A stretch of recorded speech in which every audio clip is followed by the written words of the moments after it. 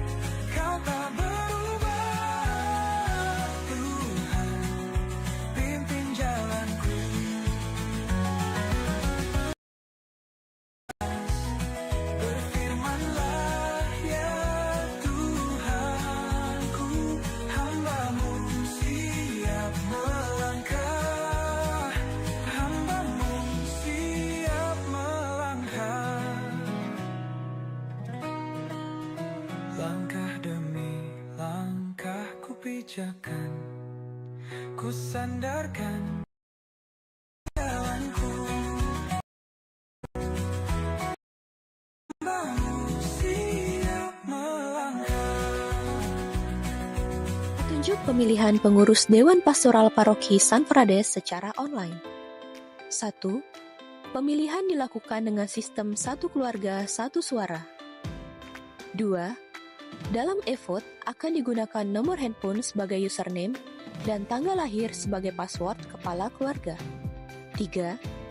Pemilihan dilakukan pada tanggal 4 Mei 2025 dimulai sejak gong dibunyikan atau sebelum berkat penutup dalam misa hari Minggu dan berakhir pada pukul 6 sore. 4. Bagi yang mengalami kesulitan, dipersilahkan untuk menghubungi sekretaris lingkungan masing-masing. Disediakan helpdesk di plaza yang siap membantu sampai pukul 3 sore. 5. Nomor telepon yang bisa dihubungi untuk bantuan jika mengalami kesulitan adalah nomor 0877 9341 0374 Sekretariat Paroki. Link pemilihan di www.sanfradespalembang.org/votekk.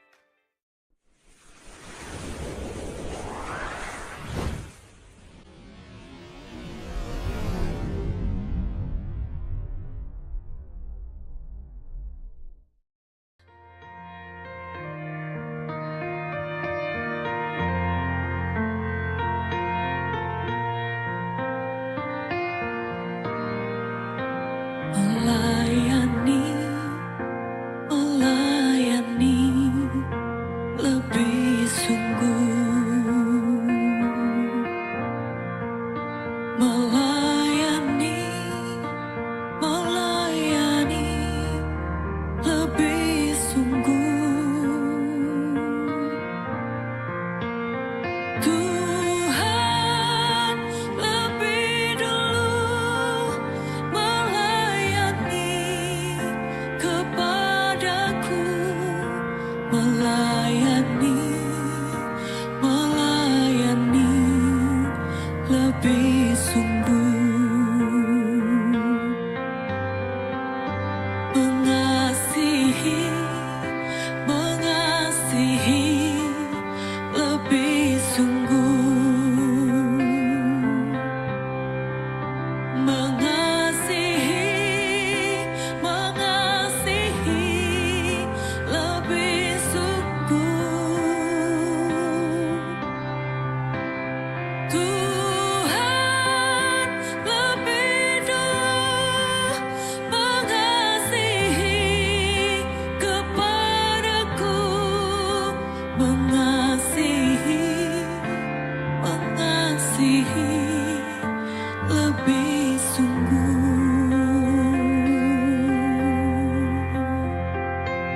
Kami mau mengasihi-Mu Tuhan, kami mau melayani-Mu Tuhan.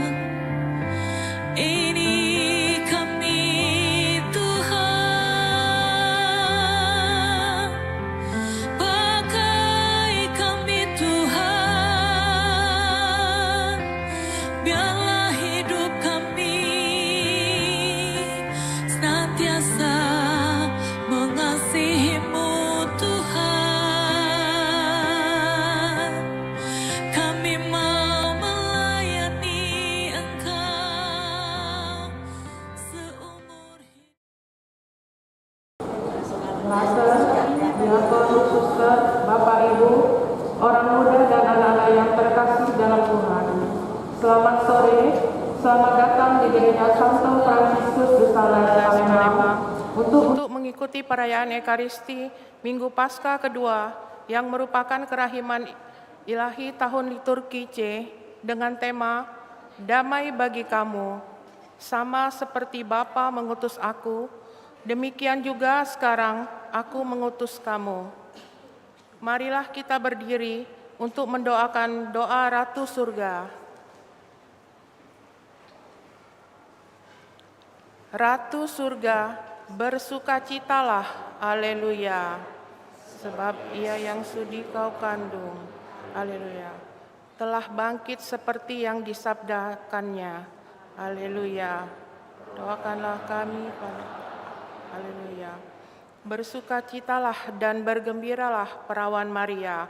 Haleluya. Sebab Tuhan sungguh telah bangkit. Haleluya. Marilah berdoa. Ya Allah, Engkau telah menggembirakan dunia dengan kebangkitan Putra-Mu, Tuhan kami Yesus Kristus. Kami mohon, perkenanlah kami bersukacita dalam kehidupan kekal bersama bundanya, perawan Maria. Demi Kristus pengantara kami, amin. Saudara-saudara terkasih, perayaan Ekaristi hari Minggu Paskah kedua, Minggu Kerahiman Ilahi petang ini akan dipimpin oleh Romo Florentinus Heru Ismadi SJY, Kor dari lingkungan Santo Franciscus Xaverius, tata laksana dari lingkungan Benediktus. Saudara-saudara terkasih, Minggu Kerahiman Ilahi biasanya disebut Minggu Putih.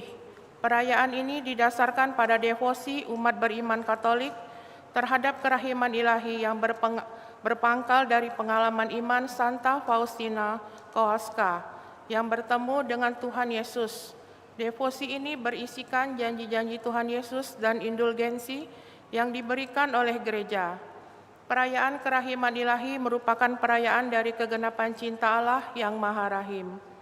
Mari kita mempersiapkan hati, budi, dan pikiran kita untuk mengikuti perayaan Ekaristi Kudus petang ini dengan membawa hati kita sebagai persembahan baginya dalam suasana hati penuh syukur dan sukacita. Kita awali dengan menyanyikan lagu pembuka, umat dimohon berdiri.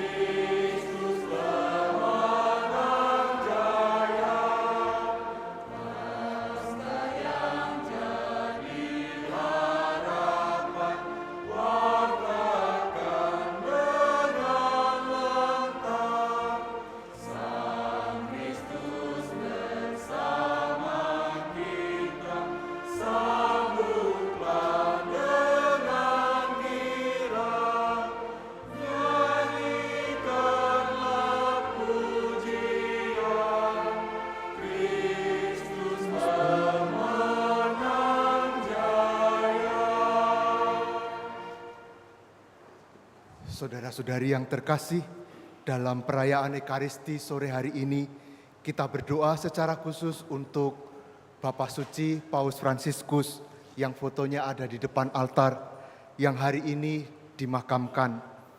Kita juga berdoa secara khusus untuk Romo Antonius Joko yang pagi tadi dipanggil Tuhan.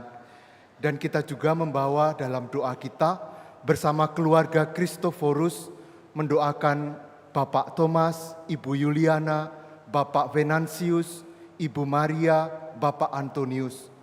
Dan bersama Bapak Sugiyardi dan keluarga berdoa bagi Mama Paula Mainten dan Paulus Gio.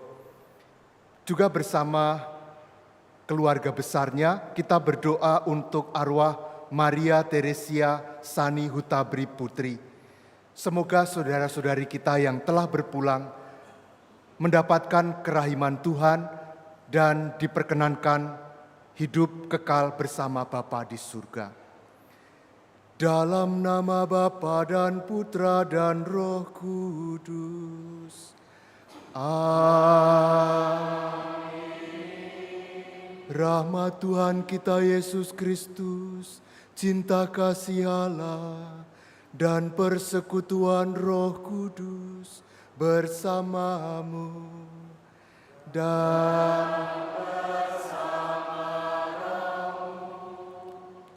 saudara-saudari yang terkasih, minggu ini disebut dengan Minggu Kerahiman.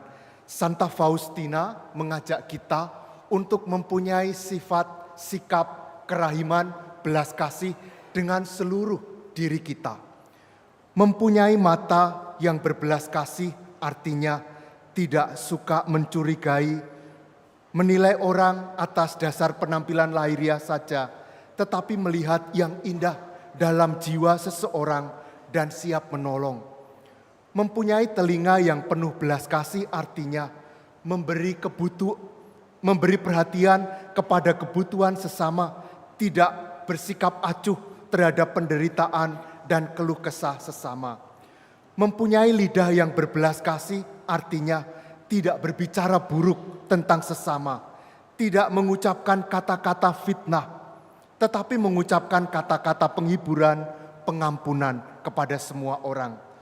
Mempunyai tangan yang berbelas kasih artinya berbuat baik kepada sesama, mau menanggung dan ikut menanggung beban orang lain. Mempunyai kaki yang penuh belas kasih artinya bergegas menolong sesama dengan mengalahkan kelelahan, keletihan sendiri. Dan mempunyai hati yang berbelas kasih artinya mau dan berani merasakan yang dirasakan orang lain. Saudara-saudariku, bila selama ini kita belum mempunyai hati, lidah, kaki, tangan, telinga, dan mata yang berbelas kasih, mari pada awal perayaan ini kita memohon pengampunan kepada Tuhan. Saya mengaku kepada Allah yang Maha Kuasa dan kepada saudara sekalian bahwa saya telah berdosa dengan pikiran dan perkataan, dengan perbuatan dan kelalaian. Saya berdosa, saya sungguh berdosa. Oleh sebab itu saya mohon kepada Santa Perawan Maria, kepada para malaikat dan orang kudus, dan kepada saudara sekalian, supaya mendoakan saya pada Allah Tuhan kita. Semoga Allah yang Maha Kuasa mengasihani kita, mengampuni dosa kita, dan mengantar kita ke hidup yang kekal. Amin.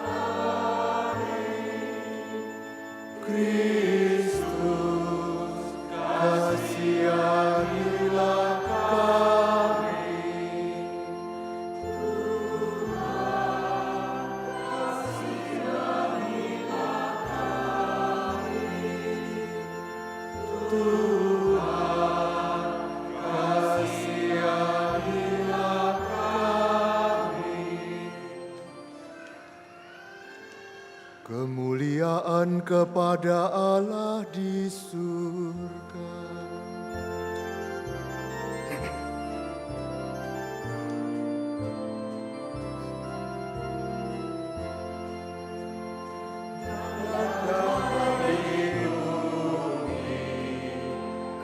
God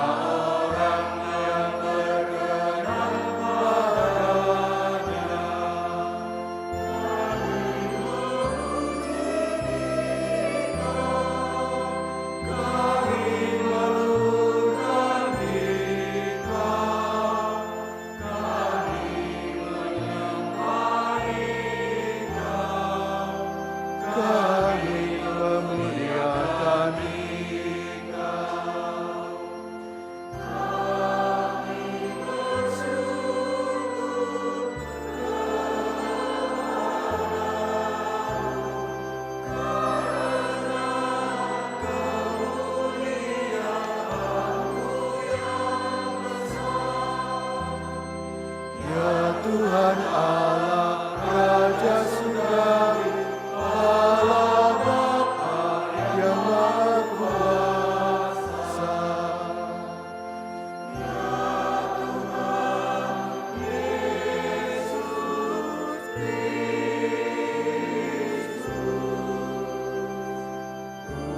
Putra yang tunggal, ya Tuhan Allah, Anak Domba Allah, Putra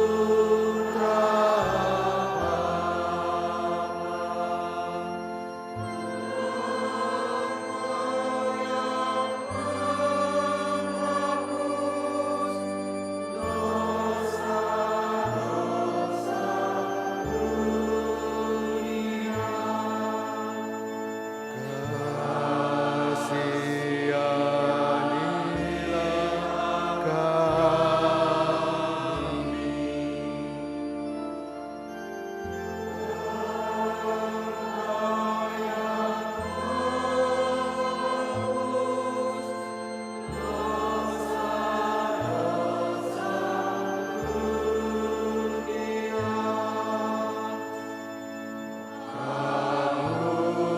Kabulkanlah doa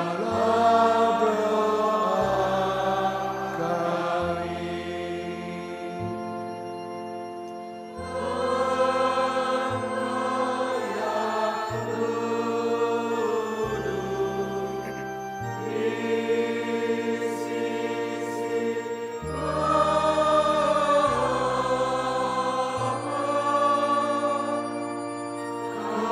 Kasihanilah kami.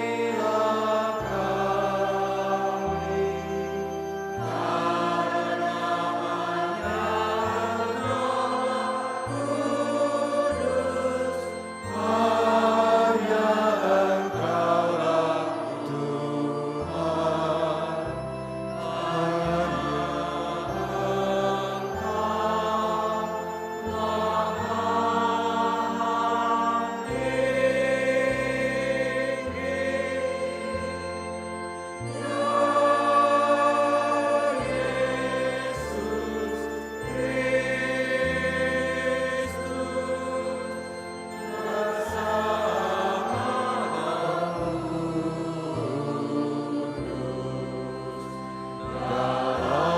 Amin.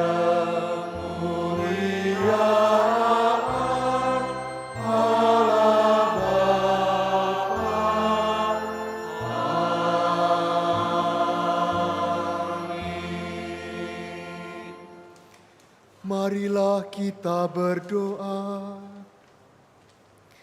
Ya Allah, Gembala abadi jiwa-jiwa, pandanglah dengan penuh belas kasih umat-Mu yang berdoa ini. Hamba-Mu Paus Fransiskus telah memimpin gereja-Mu dalam kasih.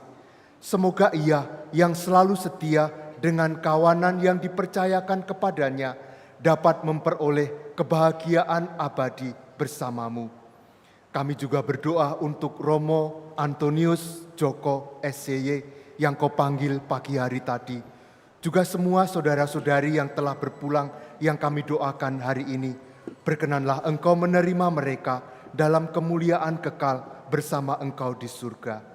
Dengan pengantaraan Kristus Putramu yang bersama dengan Dikau dalam persatuan Roh Kudus, hidup dan berkuasa Allah sepanjang segala masa. Amin.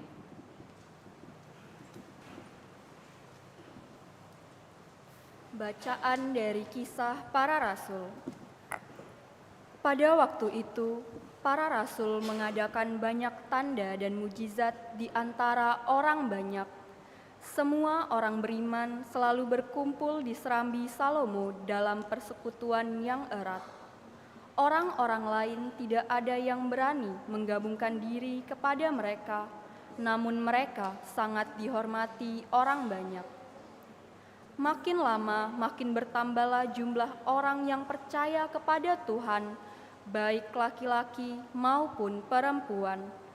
Bahkan mereka membawa orang-orang sakit keluar ke jalan raya dan membaringkannya di atas balai-balai serta tilam, supaya apabila Petrus lewat, setidak-tidaknya bayangannya mengenai salah seorang dari mereka.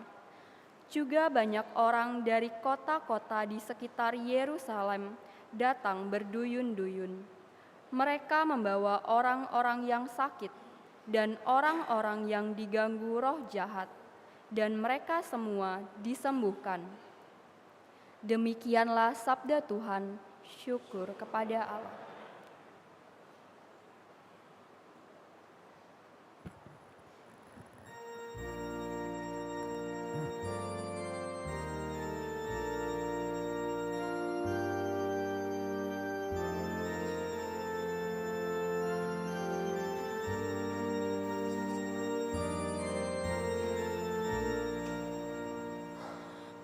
Bersyukurlah kepada Tuhan, sebab Ia baik, kekal abadi kasih setia-Nya.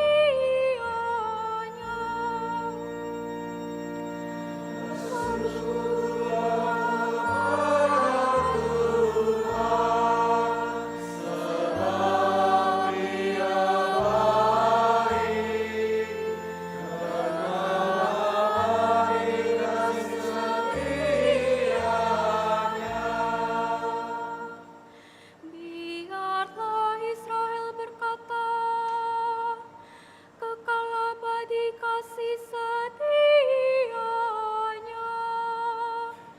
Biarlah kaum Harun berkata, kekal abadi kasih setia-Nya.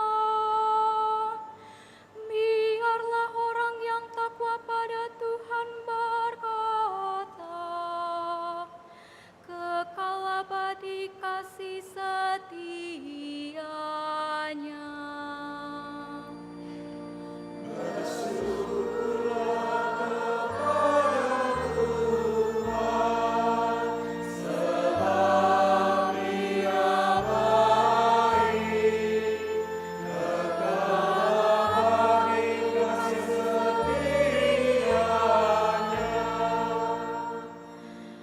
Aku didorong dengan hebat sampai jatuh, tetapi Tuhan menolong aku.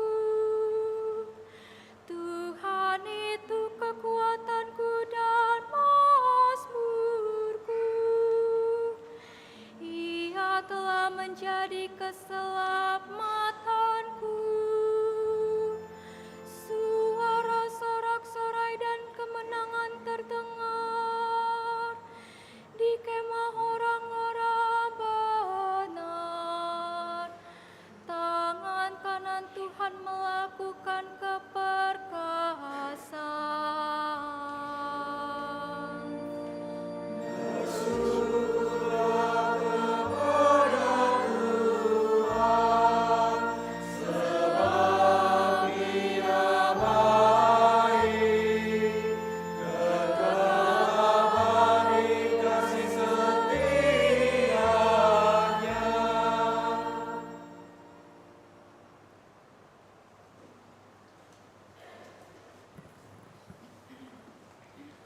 Bacaan dari Kitab Wahyu.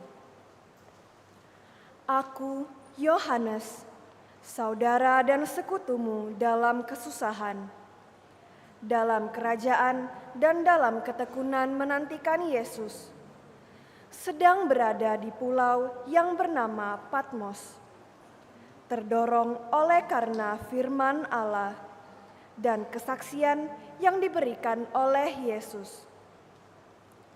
Pada hari Tuhan, aku dikuasai oleh Roh, dan aku mendengar dari belakangku suatu suara yang nyaring, seperti bunyi sangkakala. Kata suara itu, "Apa yang telah engkau lihat, tuliskanlah di dalam sebuah kitab, dan kirimkanlah kepada jemaat di Asia." Lalu aku berpaling untuk melihat suara yang berbicara kepadaku. Ketika aku berpaling, tampaklah kepadaku 7 kaki dian dari emas. Di tengah-tengah kaki dian itu ada seorang serupa anak manusia, berpakaian jubah yang panjangnya sampai di kaki, dan dadanya berlilitkan ikat pinggang dari emas. Ketika aku melihat dia, tersungkurlah aku di depan kakinya, sama seperti orang yang mati. Tetapi ia meletakkan tangan kanannya di atasku, lalu berkata, "Jangan takut, aku adalah yang awal dan yang akhir. Aku adalah yang hidup. Aku telah mati, namun lihatlah, aku hidup sampai selama-lamanya. Dan aku memegang segala kunci maut dan kerajaan maut. Karena itu, tuliskanlah apa yang telah kau lihat, baik yang terjadi sekarang maupun yang akan terjadi sesudah ini." Demikianlah sabda Tuhan. Syukur kepada Allah.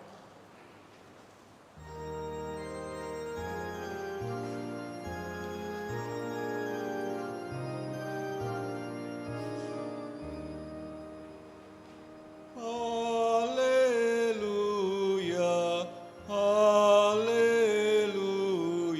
haleluya.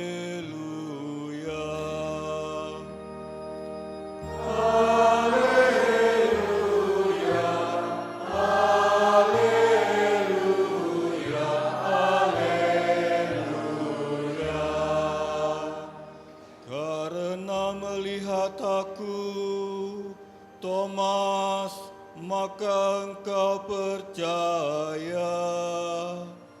Berbahagialah mereka yang tidak melihat, namun percaya.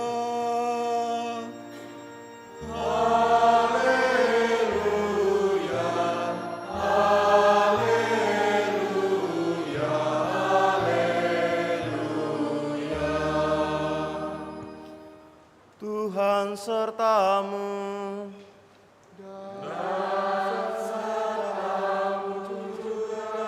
Inilah Injil suci menurut Yohanes.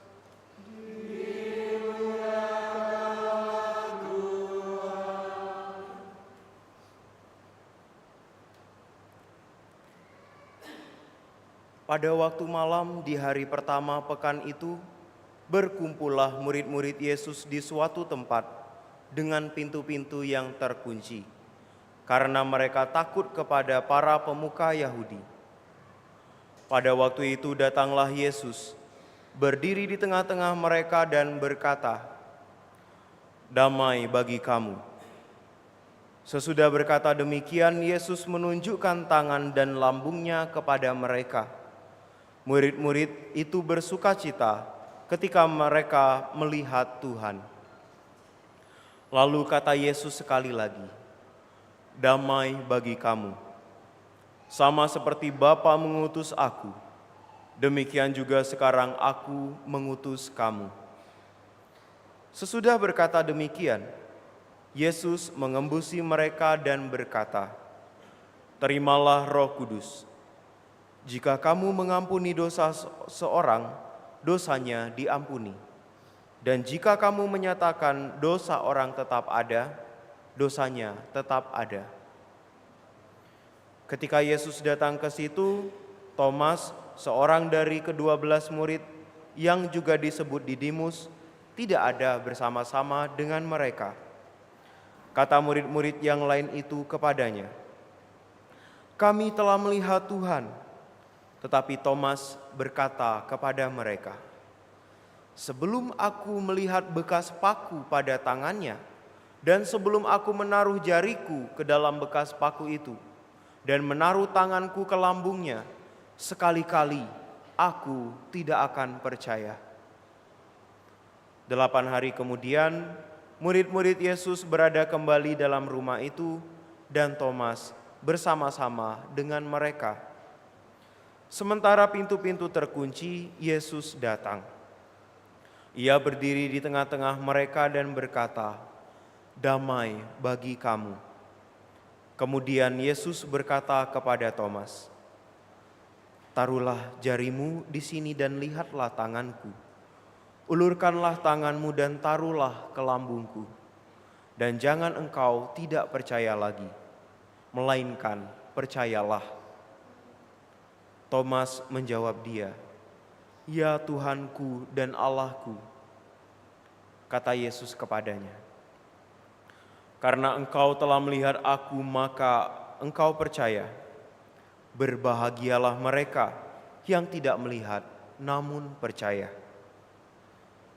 Memang masih banyak tanda mujizat lain yang diperbuat Yesus di depan mata murid-muridnya yang tidak tercatat di dalam kitab ini. Tetapi hal-hal ini telah dicatat supaya kamu percaya bahwa Yesuslah Mesias, Putra Allah, dan supaya karena percaya kamu memperoleh hidup dalam nama-Nya. Demikianlah sabda Tuhan.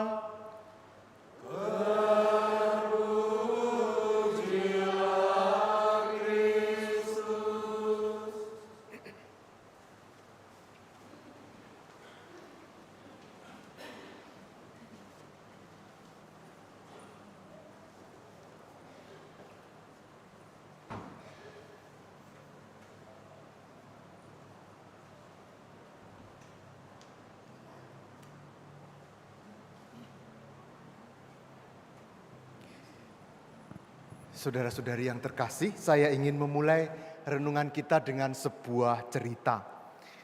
Ada 4 mahasiswa, salah satunya punya mobil, maka kalau mereka pergi ke kampus itu barengan, yang 3 nebeng ke salah satu yang punya mobil tadi. Suatu hari mereka datang ke kampus terlambat dan masuk ke kelas, kuliah sudah dimulai. Maka dosennya lalu bertanya kepada mereka, "Mengapa kalian terlambat?" Lalu mereka secara kompak mengatakan, "Maaf, ban mobil kami pecah dan harus diganti," katanya, "sehingga kami butuh waktu." "Oh begitu ya, kalau begitu kalian berempat silahkan keluar sebentar." Keempat-empatnya disuruh keluar, lalu dipanggil satu persatu untuk masuk kembali. Ketika masuk, yang satu ditanya, "Tadi ban yang pecah yang mana?" Anak yang pertama tadi menjawab, "Ban depan kiri," katanya. "Oh ya sudah, silahkan duduk." Yang kedua disuruh masuk, "Yang pecah yang mana?" Dijawab, "Ban depan kanan." Begitu keempat-empatnya menyebut ban yang berbeda. Artinya mereka sebenarnya sedang berbohong.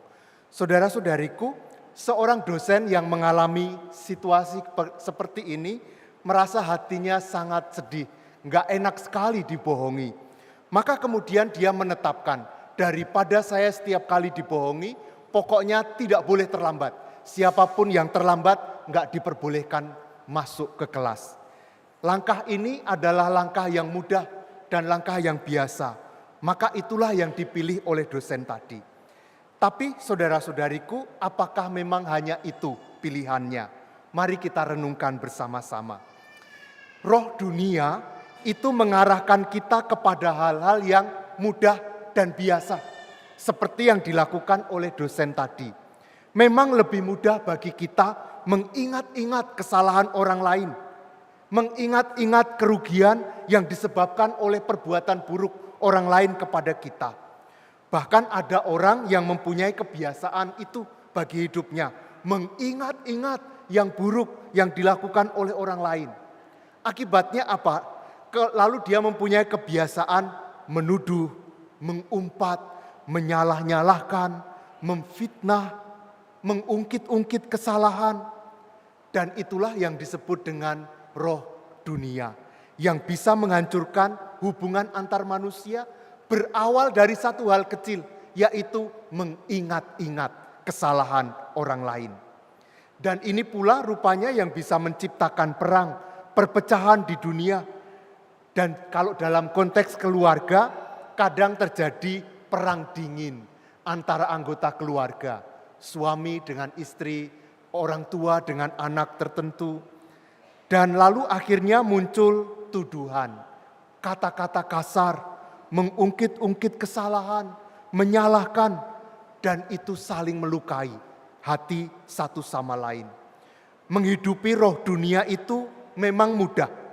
Itulah mengapa banyak orang lebih memilih untuk melakukan seperti roh dunia ini.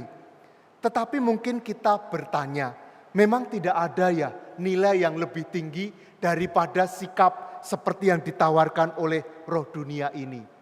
Hari ini melalui sabda Tuhan yang kita dengarkan di dalam Minggu Kerahiman ini, ditunjukkan kepada kita sebuah nilai yang lebih tinggi dari roh dunia itu.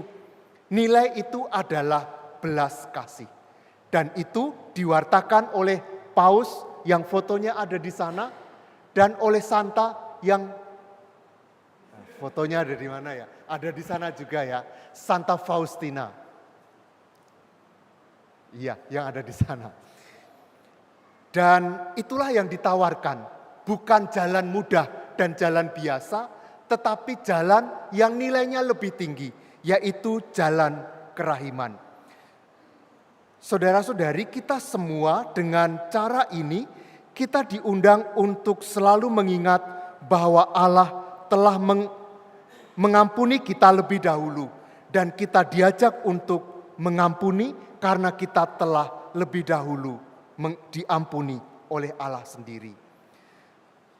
Saudara-saudari yang terkasih, kita diundang untuk berhenti menghakimi. Tuhan itu tidak menyamakan antara dosa dan orang yang berdosa. Manusia dengan kesalahannya itu adalah dua hal yang berbeda. Maka semestinya kita memberikan kesempatan kepada orang yang berdosa untuk menebus dirinya dari dosa. Kadang kita menyamakan antara orang yang berdosa dengan dosanya. Kita membenci dosanya, tetapi tak jarang kita sekaligus membenci orang yang melakukan dosa itu. Maka dalam arti ini Tuhan mencintai kekurangan yang ada pada diri kita. Maksudnya adalah di dalam kekurangan yang ditemukan dalam diri manusia itu, Allah mempunyai kesempatan untuk mengampuni, untuk menunjukkan belas kasih-Nya. Maka kalau Tuhan selalu menghidupkan, menyalakan kembali hati manusia yang padam, tidak seharusnya kita justru memadamkannya. Tetapi kita juga ikut di dalam sikap Tuhan yang menghidupkan dan menyalakan kembali hati manusia. Dan dalam inilah misi Paskah, yaitu tentang berita kerahiman Tuhan sendiri. Itulah mengapa Minggu Paskah yang kedua ini disebut dengan Minggu Kerahiman. Lalu apa yang bisa kita lakukan? Saya ingin mengutip dari apa yang dikatakan oleh Paus yang fotonya ada di depan altar. Paus Fransiskus pada tahun 1920 pada hari kerahiman juga dia mengatakan sebuah cerita ini, yaitu kalau ada seorang anak kecil memulai berlatih berjalan, dia berlatih mencoba-coba jatuh lagi, mencoba lagi jatuh lagi. Yang membuat dia bisa berdiri lagi adalah tangan ayahnya, yang setiap kali jatuh mengangkat tangannya lagi dan membawa anak itu untuk bangkit, berjalan kembali. Beberapa langkah dia jatuh lagi, tapi tangan bapaknya mengulur dan membawa dia bangkit lagi.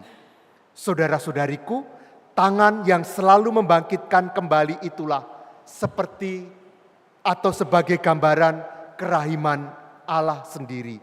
Kita setiap kali jatuh dan Allah mengulurkan tangannya, membuat kita bangkit lagi, berjalan lagi, jatuh lagi, Tuhan mengulurkan tangannya dengan kerahimannya.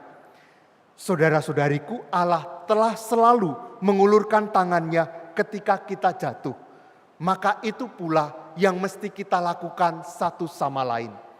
Kalau ada salah satu anggota keluarga kita yang jatuh, ulurkanlah tanganmu agar dia bangkit kembali dan berjalan kembali. Kalau kita sendiri yang jatuh, mari kita memohon agar keluarga kita mengulurkan tangan sehingga kita bisa berdiri lagi dan berjalan kembali. Sikap kerahiman inilah yang akan membuat keluarga kita terus berjalan menuju kepada kesempurnaan. Berkat Tuhan bagi kita semua. Amin.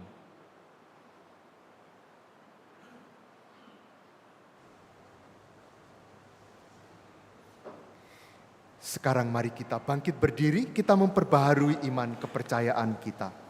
Aku percaya akan Allah, Bapa yang Maha Kuasa, pencipta langit dan bumi, dan akan Yesus Kristus, putranya yang tunggal Tuhan kita, yang dikandung dari Roh Kudus, dilahirkan oleh perawan Maria, yang menderita sengsara dalam pemerintahan Pontius Pilatus, disalibkan, wafat dan dimakamkan, yang turun ke tempat penantian, pada hari ketiga bangkit dari antara orang mati, yang naik ke surga,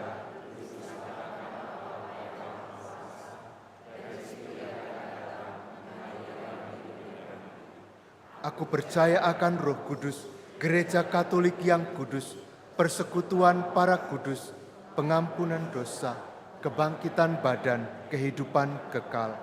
Amin.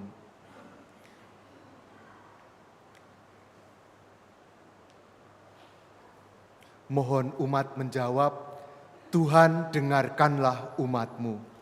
Tuhan dengarkanlah umat-Mu.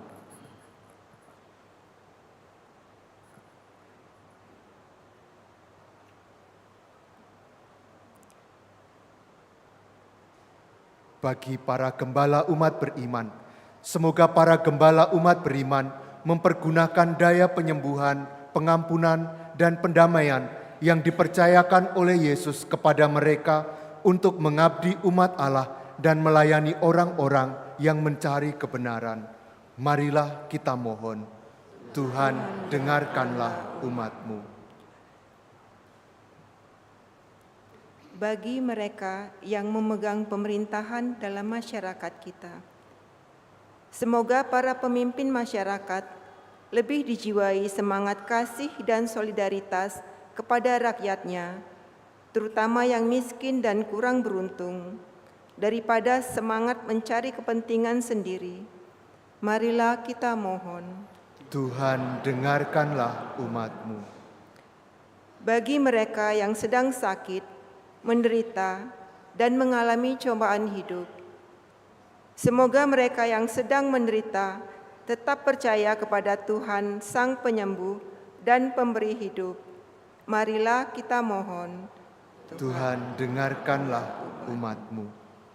Bagi umat di paroki kita dan di tempat-tempat lain, semoga iman kepada Yesus menuntun kita sehingga dapat mempercayai kebaikan orang lain dan dipersatukan dalam cinta kasih-Nya. Marilah kita mohon. Tuhan dengarkanlah umat-Mu. Allah Bapa yang Maha Rahim, Putra-Mu yang bangkit telah menyatakan belas kasih-Mu. Semoga kerukunan dan cinta kasih di antara kami menjadi tanda bagi semua orang yang menyaksikan cara hidup kami, bahwa Engkau berbelas kasih kepada siapapun dengan pengantaraan Kristus Tuhan kami. Amin.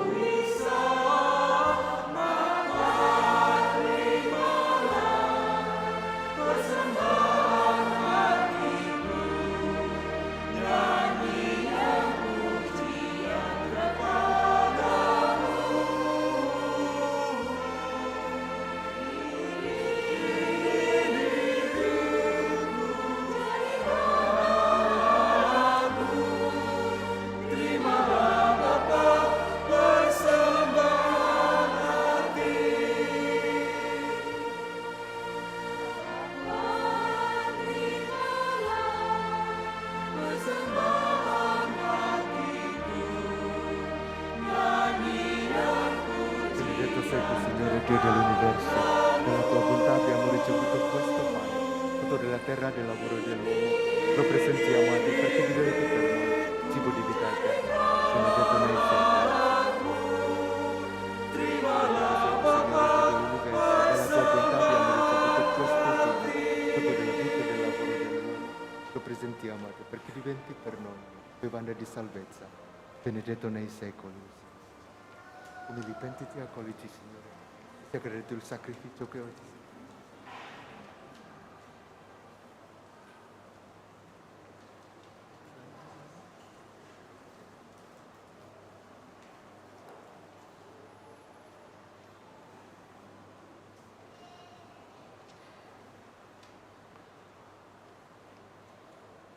Saudara-saudariku, sekarang mari kita berdoa bersama supaya persembahan kita ini berkenan pada Allah, Bapa yang Maha Kuasa.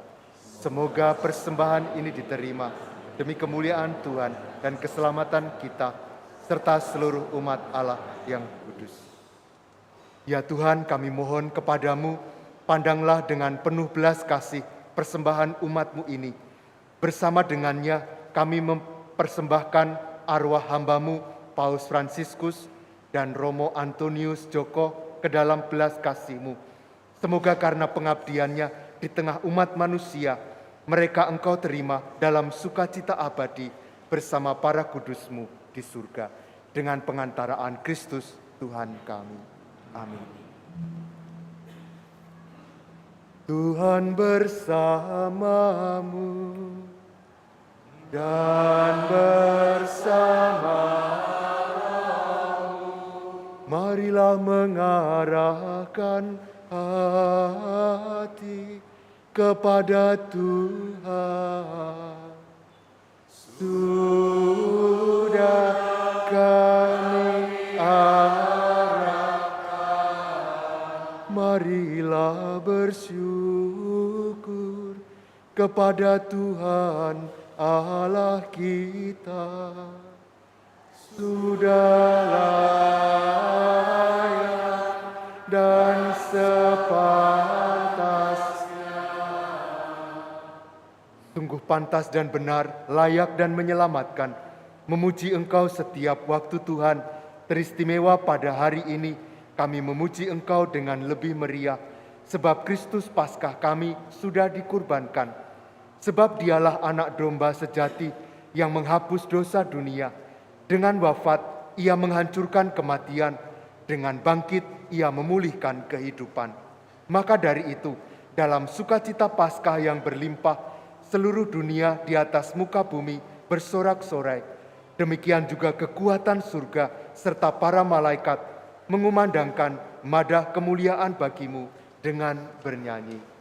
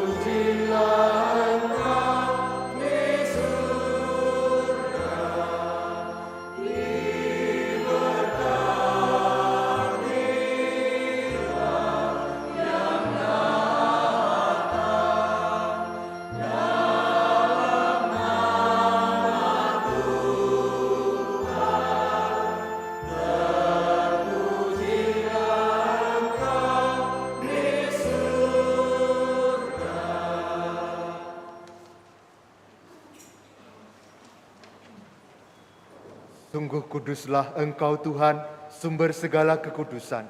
Maka kami mohon, kuduskanlah persembahan ini dengan pencurahan Roh-Mu, agar bagi kami menjadi tubuh dan darah Tuhan kami, Yesus Kristus. Ketika Dia diserahkan untuk menanggung sengsara dengan rela, Dia mengambil roti, dan sambil mengucap syukur, Dia memecah-mecahkan, lalu memberikannya kepada murid-muridnya, seraya berkata, Terimalah dan makanlah kamu semua, inilah tubuhku yang diserahkan bagimu.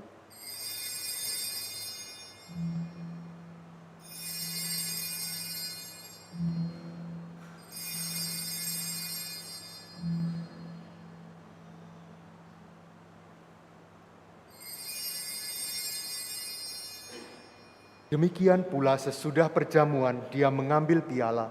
Sekali lagi dia mengucap syukur kepadamu, memberikannya kepada murid-muridnya seraya berkata, "Terimalah dan minumlah kamu semua, inilah piala darahku, darah perjanjian baru dan kekal yang ditumpahkan bagimu dan bagi semua orang demi pengampunan dosa.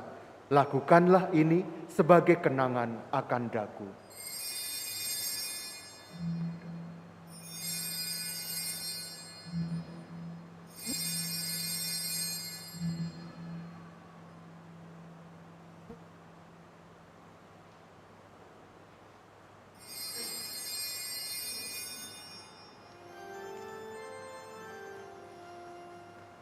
Marilah menyatakan misteri iman kita.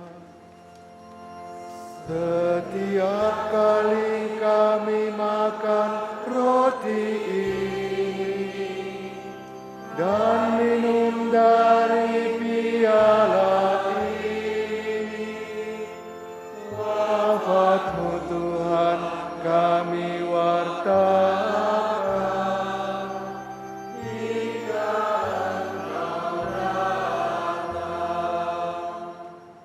Sambil mengenangkan wafat dan kebangkitan Kristus, kami mempersembahkan kepadamu Bapa, roti kehidupan dan piala keselamatan. Kami bersyukur sebab kami Engkau anggap layak menghadap Engkau dan berbakti kepadamu. Dan kami mohon, semoga kami yang menerima tubuh dan darah Kristus dihimpun menjadi satu umat oleh Roh Kudus. Ingatlah Tuhan akan gerejamu yang tersebar di seluruh bumi, agar Engkau menyempurnakannya dalam cinta kasih, dalam persatuan dengan uskup kami Yohanes, serta semua rohaniwan. Ingatlah juga akan saudara-saudari kami yang telah meninggal dengan harapan akan bangkit. Terutama pada hari ini kami mendoakan Bapak Suci Paus Fransiskus, Romo Antonius Djoko SCY, Bapak Thomas, Ibu Juliana, Ibu Venansius, Bapak Venansius, Ibu Maria, Bapak Antonius, Ibu Paula Mainten, Paulus Gio, dan Maria Teresia Sani Hutabri Putri.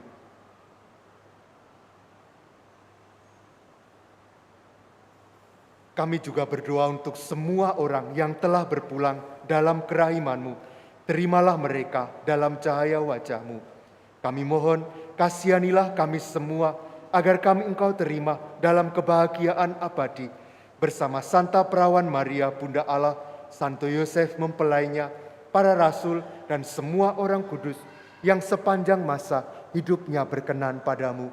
Semoga kami pun Engkau perkenankan turut serta memuji dan memuliakan Dikau dengan pengantaraan Yesus Kristus Putra-Mu. Dengan pengantaraan Dia, bersama Dia dan dalam Dia, bagi-Mu Allah Bapa yang Maha Kuasa, dalam persekutuan dengan Roh Kudus, segala hormat dan kemuliaan sepanjang segala masa. Amin.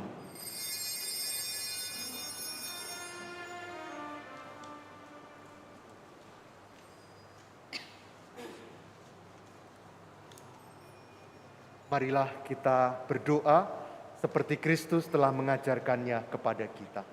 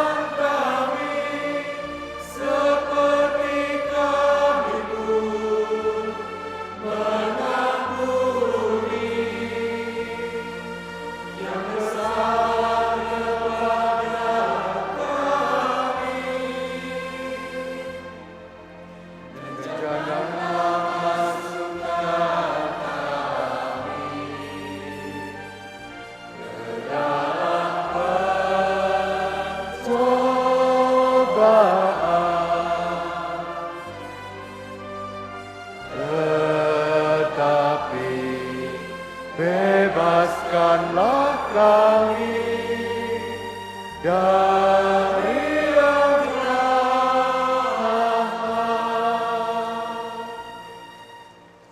Tuhan, kami mohon, bebaskanlah kami dari segala yang jahat. Sudilah memberi damai sepanjang hidup kami, supaya kami yang telah dikuatkan oleh kelimpahan belas kasih-Mu selalu bebas dari dosa dan dijauhkan dari segala gangguan, sambil menantikan harapan yang membahagiakan dan kedatangan penyelamat kami, Yesus Kristus. Sebab Engkaulah Raja yang mulia dan berkuasa untuk selama-lamanya. Tuhan Yesus Kristus, janganlah memperhitungkan dosa kami, tetapi perhatikanlah iman gereja-Mu, dan berilah kami damai dan kesatuan sesuai dengan kehendak-Mu. Engkau yang hidup dan meraja sepanjang segala masa. Amin. Semoga damai Tuhan selalu bersamamu.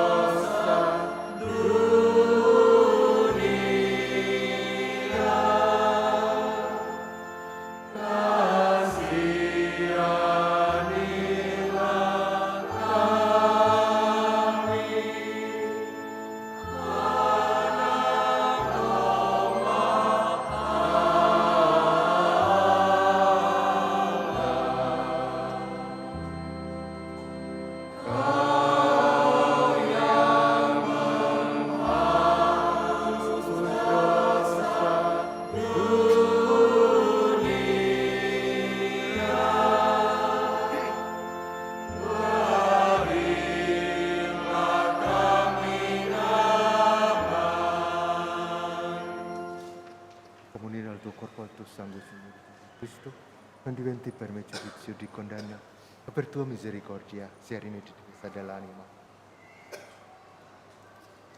Saudara-saudariku, inilah Yesus Kristus, anak domba Allah yang menghapus dosa-dosa kita.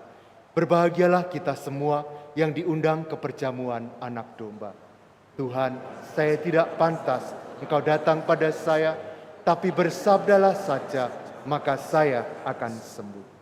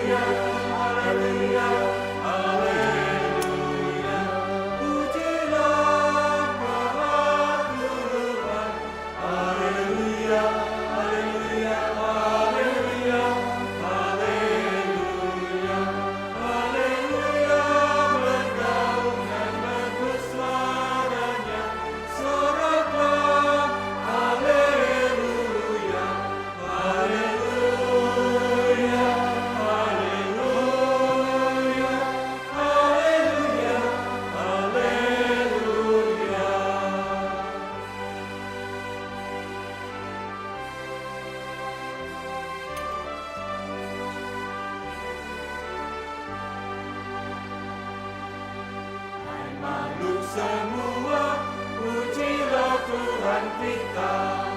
Haleluya, haleluya, haleluya.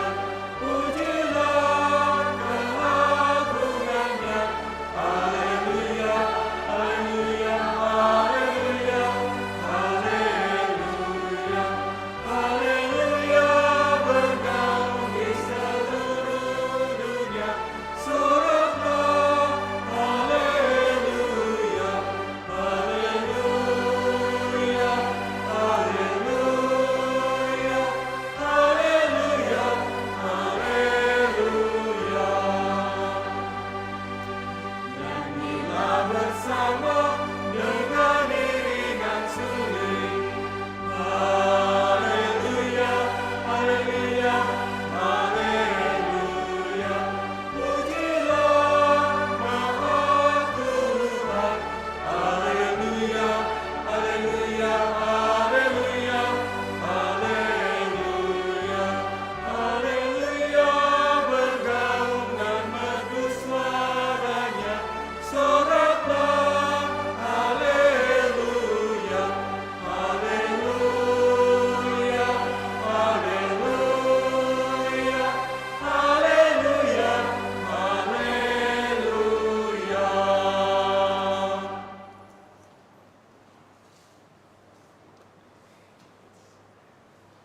Mari kita sekarang berdoa bersama untuk tahun komunitas basis gerejawi, cara hidup baru di gereja kita.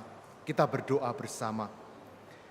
Ya Allah yang Maha Kasih, sebagai anak-anak-Mu yang Kau kasihi, kami ingin menghidupi ajaran kasih-Mu dengan hidup rukun, bersatu padu, seiring sejalan, saling menghormati dan menghargai, serta tidak membeda-bedakan.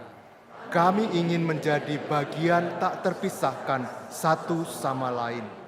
Semoga Roh Kudus-Mu mengobarkan semangat kami untuk menjadi terang dan garam masyarakat, untuk selalu bersikap baik dan benar, adil dan jujur, untuk menjadi rekan pesiarahan hidup yang menyenangkan dan menenteramkan bagi semua orang di sekitar kami. Semoga tidak ada lagi orang yang merasa ditinggalkan, tidak ada yang berkekurangan atau menderita yang luput dari bela rasa kami. Bunda Maria, doakanlah kami agar dapat hidup sebagai anak-anak tertebus yang bersyukur tiada henti. Amin. Marilah kita berdoa. Ya Allah, Engkau telah hadir di tengah-tengah kami melalui Yesus Kristus Putra-Mu yang telah bangkit dengan jaya. Semoga kami selalu menyadari bahwa kini Ia hidup, hadir, dan selalu menyertai kami hingga kami mencapai kebahagiaan surgawi yang Kau janjikan. Sebab Dialah yang hidup dan berkuasa sepanjang segala masa. Amin. Mohon perhatian umat sekalian untuk pengumuman hari ini. 1. Jadwal misa dalam minggu ini. Misa pembukaan bulan Maria, hari Kamis tanggal 1 Mei di Taman Maria Mater Dei. Doa Rosario dilaksanakan pukul 7.30, dilanjutkan dengan misa harian pukul 8. Misa pelantikan pengurus komunitas awam Dehonian wilayah Palembang. Hari Kamis tanggal 1 Mei pukul 18 di Kapel Aloysius. Misa Jumat pertama hari Jumat tanggal 2 Mei di gereja. Doa Rosario dilaksanakan pukul 17.30, dilanjutkan dengan misa harian pukul 18. Misa Pasca Punguan Batak Katolik Dekanat Palembang, hari Minggu tanggal 4 Mei pukul 10.30 di gereja. Misa akan dipimpin oleh Bapak Uskup. 2. Berita perkawinan. Akan saling menerimakan sakramen perkawinan pasangan Antonius Restu Aji Pratama, putra dari Gregorius Gunawan dan Irene Maruti, warga lingkungan Santo Franciscus Saprius, dengan Katarina Rahayu Pamungkas, putri dari Valentinus Sumadi dan Maria Tuti Mujiati, warga lingkungan Santo Yakobus. Rencana perkawinan tanggal 15 Mei 2025 di Gereja Santo Stephanus Martir Curug. Barang siapa mengetahui adanya halangan perkawinan bagi pasangan tersebut, wajib melaporkan kepada pastor paroki. 3. Giat Punguan Batak Katolik San Frades. Ketua Punguan mengundang Ibu Bapak Batak Katolik di San Frades untuk dapat berkumpul bersama di Taman Maria Mater Dei pada hari Minggu, tanggal 27 April, setelah misa, untuk membicarakan persiapan Paskah bersama PIC Bapak Todo II Ferrerius Sinambela. 4. Giat Legio Maria. Hari Sabtu, tanggal 3 Mei, pukul 8, di gereja kita akan diselenggarakan SYS Legio Maria Komisium Ratu Pencinta Damai. SYS adalah upacara yang diadakan setiap tahun, di mana para anggota Legio Maria berkumpul untuk membaharui janji mereka kepada Bunda Maria. PIC Ibu Yuliana. 5. Penerimaan dana Trihari Suci.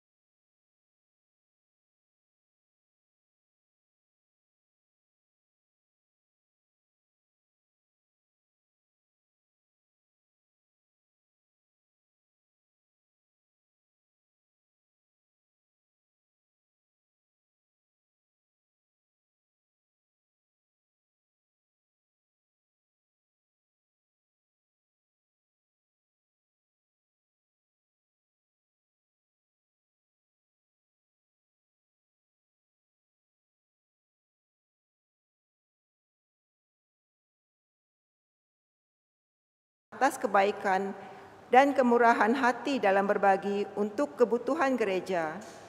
Semoga berkat Allah senantiasa melimpah kepada Anda sekalian.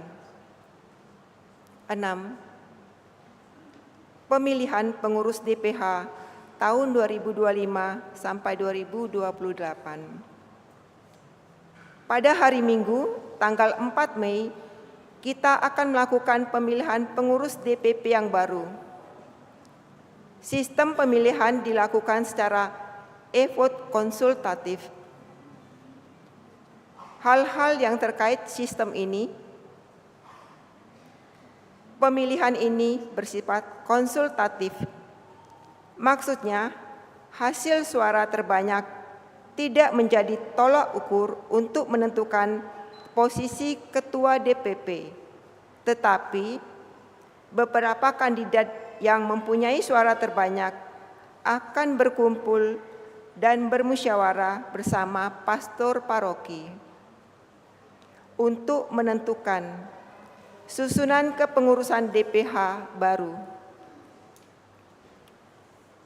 Tanggal 4 Mei, kita mulai proses pemilihan secara resmi dengan pemukulan gong oleh Romo. Link untuk e-vote sudah disampaikan ke grup WA Forum Pengurus Harian Lingkungan. E-vote ditutup pukul 18. Satu keluarga memiliki satu suara. Bagi keluarga yang memiliki kesulitan dan memerlukan bantuan, bisa datang ke helpdesk di Plaza. Panitia pelaksana siap membantu sampai dengan pukul 15. Hasil pemilihan tidak akan diumumkan, tetapi akan diserahkan kepada pastor paroki. Susunan kepengurusan DPH tahun 2025-2028 akan diumumkan pada tanggal 10 Mei 2025. Demikianlah pengumuman telah kami sampaikan. Terima kasih atas perhatiannya. Bapak Ibu, saudara-saudariku, tetaplah duduk. Saya menambahkan sedikit keterangan tentang pemilihan pengurus Dewan Paroki ini. Ditempuh cara konsultatif dengan maksud agar terpilih tim yang bisa bekerja sama lebih baik di dalam saling mengenal satu sama lain. Maka nanti tidak ada, oh siapa yang menang, siapa yang kalah, tidak ada.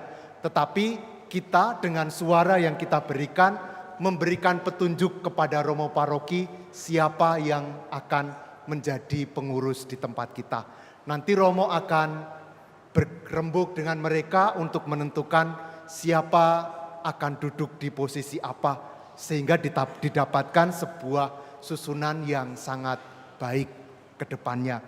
Dan kita akan melakukan minggu depan, jadi pada misa hari Minggu besok, di akhir misa akan ditandai dengan gong, kita akan memulai pemilihan.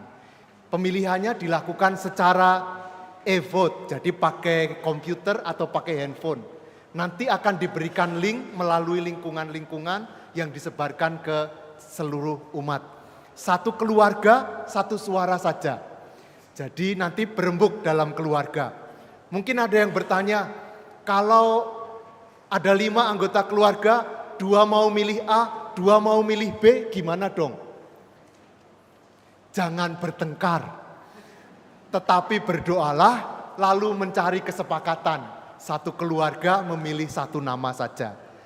Kita bersyukur bahwa ada 13 saudara-saudari kita yang berkenan untuk membantu paroki kita untuk melayani. Sehingga kita mempunyai pelayan-pelayan yang bisa kita andalkan.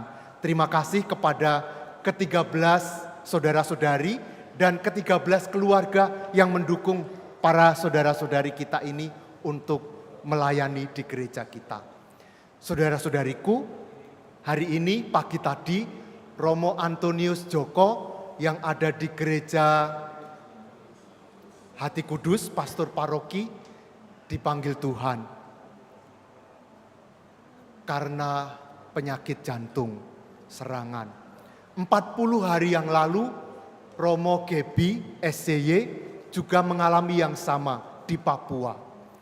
Dan kami mengalami kesulitan untuk mencari pengganti mereka. Karena semua romo sudah mendapatkan tugasnya masing-masing. Dan untuk ke Papua harus diambil dari salah satu romo yang ada di Keuskupan Agung Palembang untuk mengganti di sana. Akibatnya adalah ada satu tempat yang lowong yang harus dikorbankan. Sekarang belum 40 hari, sudah ada satu lagi yang dipanggil Tuhan. Semoga ini menjadi sebuah ketukan bagi kita semua untuk juga menghidupkan panggilan di dalam paroki, di keluarga kita, sehingga ada pelayan-pelayan baru. Dan dari peristiwa ini menjadi semakin menunjukkan bahwa bantuan dari saudara-saudari, keluarga-keluarga awam untuk pelayanan semakin dibutuhkan. Maka mari kita bersatu melayani gereja kita sehingga gereja kita semakin bertumbuh di dalam iman. Semoga mereka yang telah berpulang boleh mendapatkan kerahiman Tuhan. Terima kasih kepada kita semua atas doa kita pada sore hari ini. Terima kasih kepada pelayan liturgi yang melayani dengan sangat baik. Dan mari kita sekarang mengakhiri perayaan kita dengan mohon berkat Tuhan.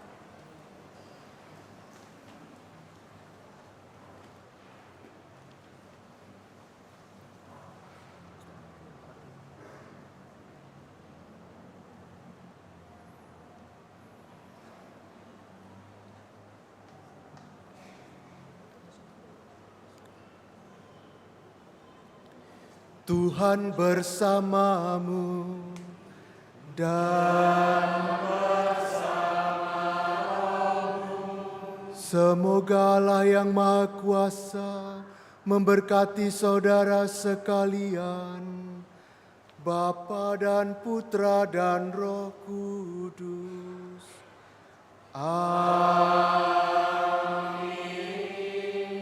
Saudara-saudari, pergilah misa sudah selesai. Haleluya, haleluya.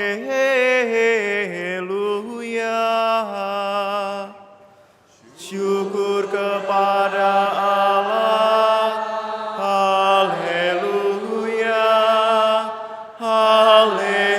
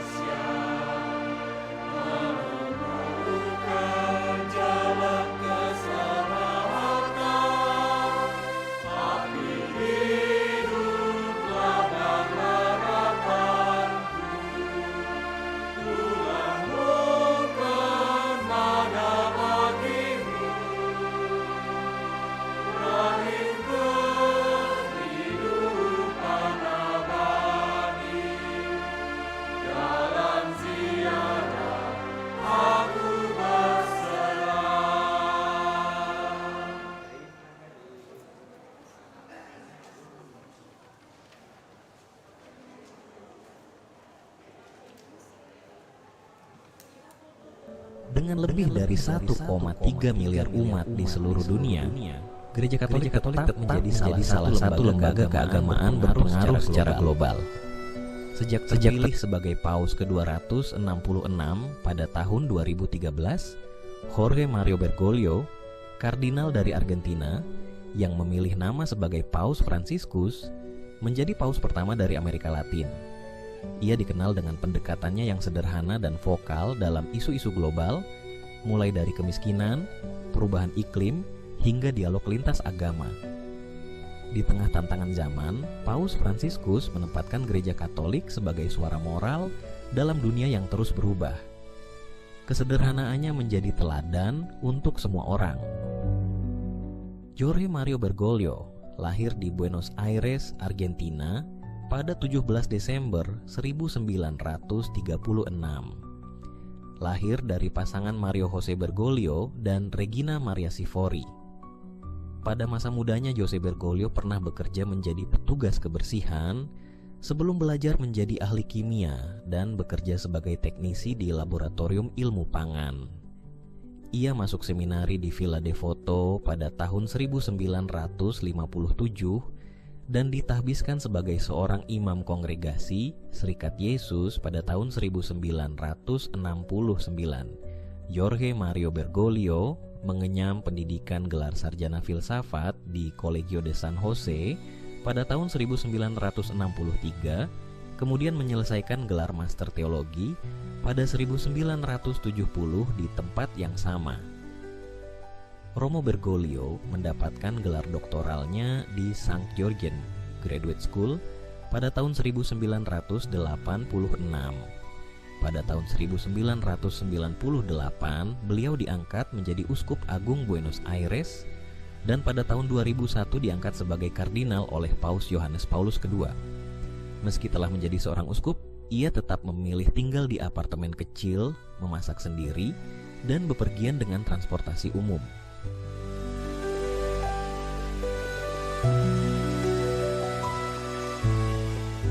Setelah pengunduran diri Paus Benediktus ke-16 dalam konklav tahun 2013, Jorge Mario Bergoglio terpilih sebagai pemimpin umat Katolik di seluruh dunia. Ia memilih nama Fransiskus sebagai nama kepausannya untuk menghormati Santo Fransiskus dari Assisi. Sepanjang hidupnya, Paus Fransiskus dikenal karena kerendahan hatinya, penekanannya pada belas kasih Tuhan, kepeduliannya terhadap kaum miskin, kepedulian terhadap keutuhan alam ciptaan, serta komitmennya terhadap dialog antaragama. Ia menghayati kesederhanaan dalam gaya hidupnya. Salah satu contohnya adalah keputusannya untuk tinggal di Casa Santa Marta, bukan di apartemen kepausan di Istana Apostolik yang biasanya digunakan oleh para paus.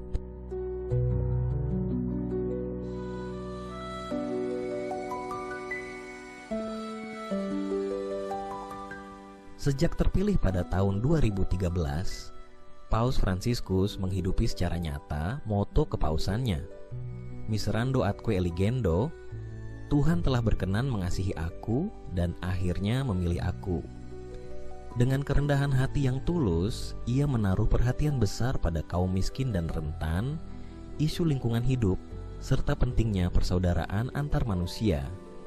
Kepedulian itu ia tuangkan dalam sejumlah ensiklik penting. Lumen Fidei, Terang Iman, diterbitkan pada Juli 2013, mengajak kita melihat iman sebagai cahaya yang membimbing hidup.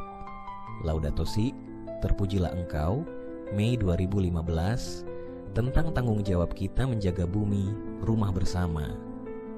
Fratelli Tutti, Saudara Semua, Oktober 2020, seruan untuk membangun persaudaraan lintas batas dan budaya. Dan yang terbaru di Lexit Nos, Ia telah mengasihi kita, Oktober 2024, mengajak umat kembali pada kasih Kristus dan devosi pada hati kudusnya.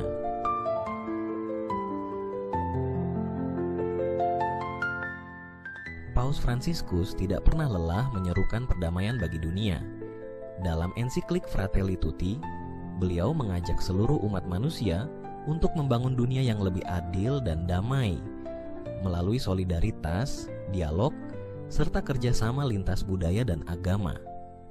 Dokumen ini secara tegas menolak perang, kekerasan, dan segala bentuk diskriminasi, sekaligus menjadi seruan moral akan pentingnya persaudaraan universal. Tahun 2024 menjadi momen bersejarah dan penuh sukacita bagi umat Katolik di Indonesia.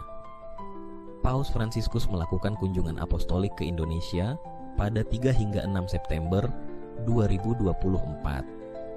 Sebuah kunjungan yang bukan hanya menguatkan iman, tetapi juga meninggalkan kesan mendalam akan toleransi dan persaudaraan sejati bangsa ini. 3 pesan utama yang beliau gemakan selama kunjungannya adalah iman, persaudaraan, dan bela rasa. Iman yang memberi arah dan harapan dalam dunia yang terus berubah. Persaudaraan yang melampaui batas agama, suku, dan budaya, mempersatukan kita sebagai satu umat manusia.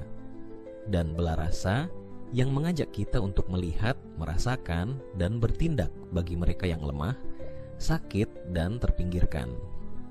3 pesan sederhana namun kuat yang menjadi kompas moral untuk membangun dunia yang lebih adil, damai, dan manusiawi.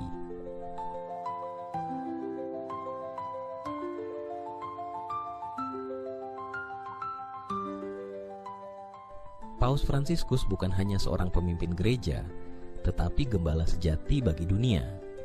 Dalam kesederhanaannya beliau menunjukkan kekuatan belas kasih, dalam keheningannya beliau menyerukan keadilan dan perdamaian.